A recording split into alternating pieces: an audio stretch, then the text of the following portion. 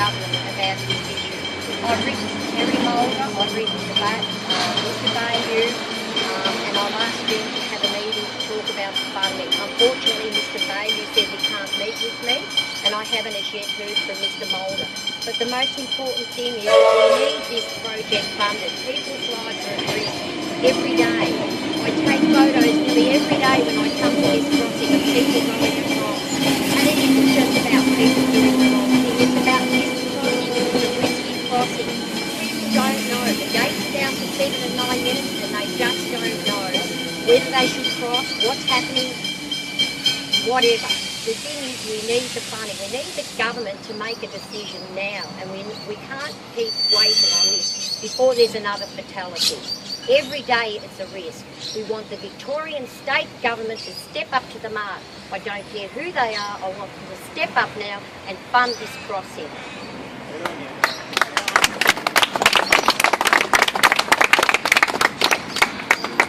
We're happy to take questions on this issue, maybe if there are any questions on this issue, and then to be fair to Dianne and others, then happy to take questions on other issues. Any questions on this issue?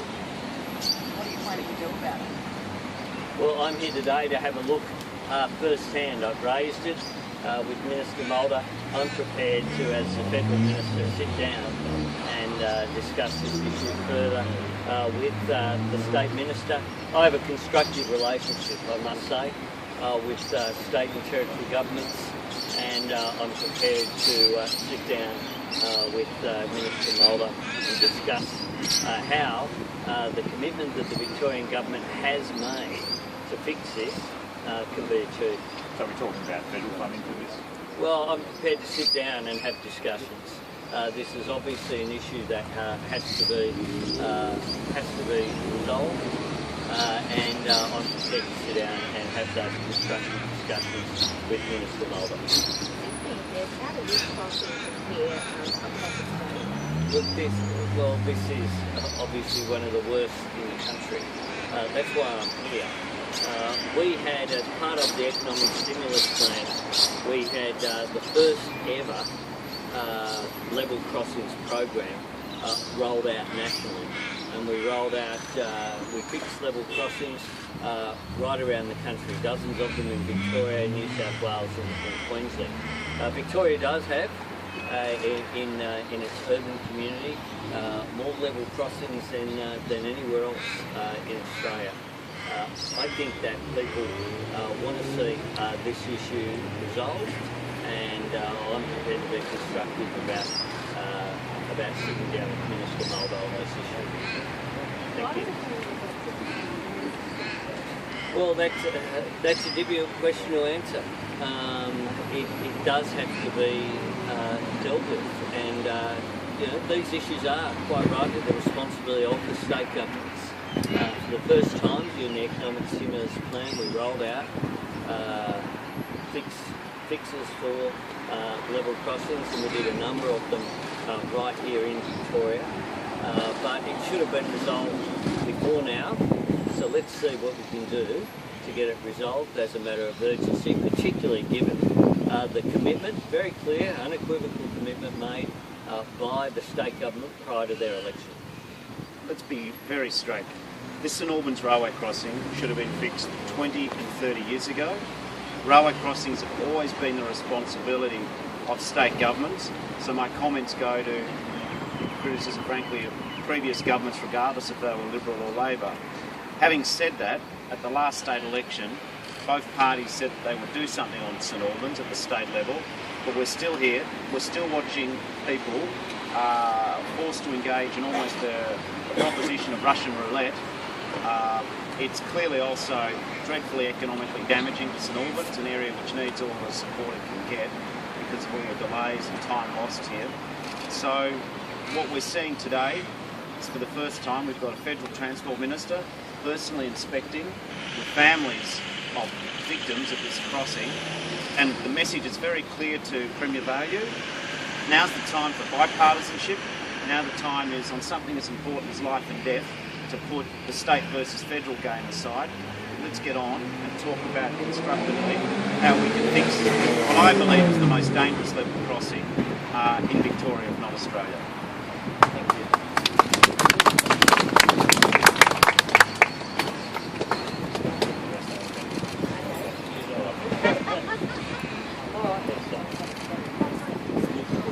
Just on other issues, federal politics, two senior ministers have resigned. Is the government in crisis? Let me put on record, like many others, my gratitude for the contribution of Minister Evans and Minister Roxon for all of what they've done. Chris Evans, 20 years in Parliament, coming from the West, serving Australia both in opposition and now in government. Minister Roxon, a local girl here from the western suburbs of Melbourne, risen to be Attorney General of Australia, the first woman Attorney General. I think that the decisions they've made were very difficult personal decisions for them. I respect them for being able to make a decision to leave when they're on top of their game. In politics, all too often, people leave too late. So I think that these ministers have made personal decisions. In terms of the government, this is not the first time nor the last time a government of any political persuasion will have ministers resign and new ministers appointed. What is important to note here is that we've got our ministers working through their own decisions, working with the government to make sure that we have a stable transition. The Prime Minister Gill argued a year ago government resigned. She's told them to hold off. Surely this is not a good time 3 days after she's announced the election. Oh, listen, whenever someone resigns, I guess that's a story, but let's not beat it up beyond where it needs to be taken. You've got people who are distinguished servants of the Australian people. They've decided that the time they've reached a point in their lives where they believe others can make a contribution in the roles that they're doing, and that they step aside. I think it's a remarkably graceful and harmonious gesture in Australian democracy that ministers work out what they're doing. I also note that in previous occasions, some politicians will resign after an election, of course a by-election. Instead, what we've got is people like Minister Roxon going to go to the backbench rather than go to the election, just stay a minister for the sake of the last few months and then trigger a by-election. I think this is it is healthy. I think the point also should be made that you have two people who've made a decision to depart the federal parliament in an orderly way. The coalition have at least 9 members who've announced that they're going, and one of those, Joanna Gash, the member for Gilmore, has already got a new full-time job as the Mayor of Shoalhaven when she was elected in September of last year. And that raises issues about an office of profit under the Crown, about her eligibility to sit in the House of Representatives. So let's get real here. 9 exiting from the coalition. These 2 orderly departures after long and successful careers. I think it speaks for itself. Gentlemen, your vote. Well, I certainly think that none are anticipated. People do change. These aren't jobs for life. Robert McClelland has also made the decision to retire again at the next election. But 9 from the coalition. I was elected in 1996. I'm one of the most senior members of the House of Representatives. There is turnover. Not everyone wants to be Philip Ruddy and be there for decade upon decade upon decade, perhaps long after he should have been considering his future. I do note this, that Tony Abbott has made an extraordinary revelation this week. Tony Abbott has said he will keep the front bench that he has now, not just to the election, but beyond the election. If he's successful, they will be his ministry. Well, the Josh Frydenbergs and the Paul Fletchers, let alone people such as Christian Porter coming in from Western Australia, choked on their Wheaties when they heard that. Because the idea that Tony Abbott has the most talented team on his front bench now, let alone his front bench after the election, is extraordinary. And it shows he's hampered by a lack of talent. It shows he's not prepared to make any tough decisions on his internals.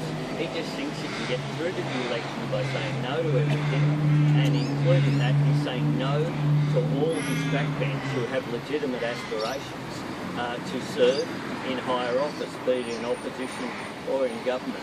And I think what you'll see over coming weeks in Canberra is the frustration being taken out by the Jamie Briggses, by the Josh Frydenbergs, by the Paul Fletchers, by the Kelly O'Dwyers, all those frustrated backbenchers when they look at people who've been in the same job since Tony Abbott took over the leadership when he knocked off Malcolm Turnbull way back in 2009.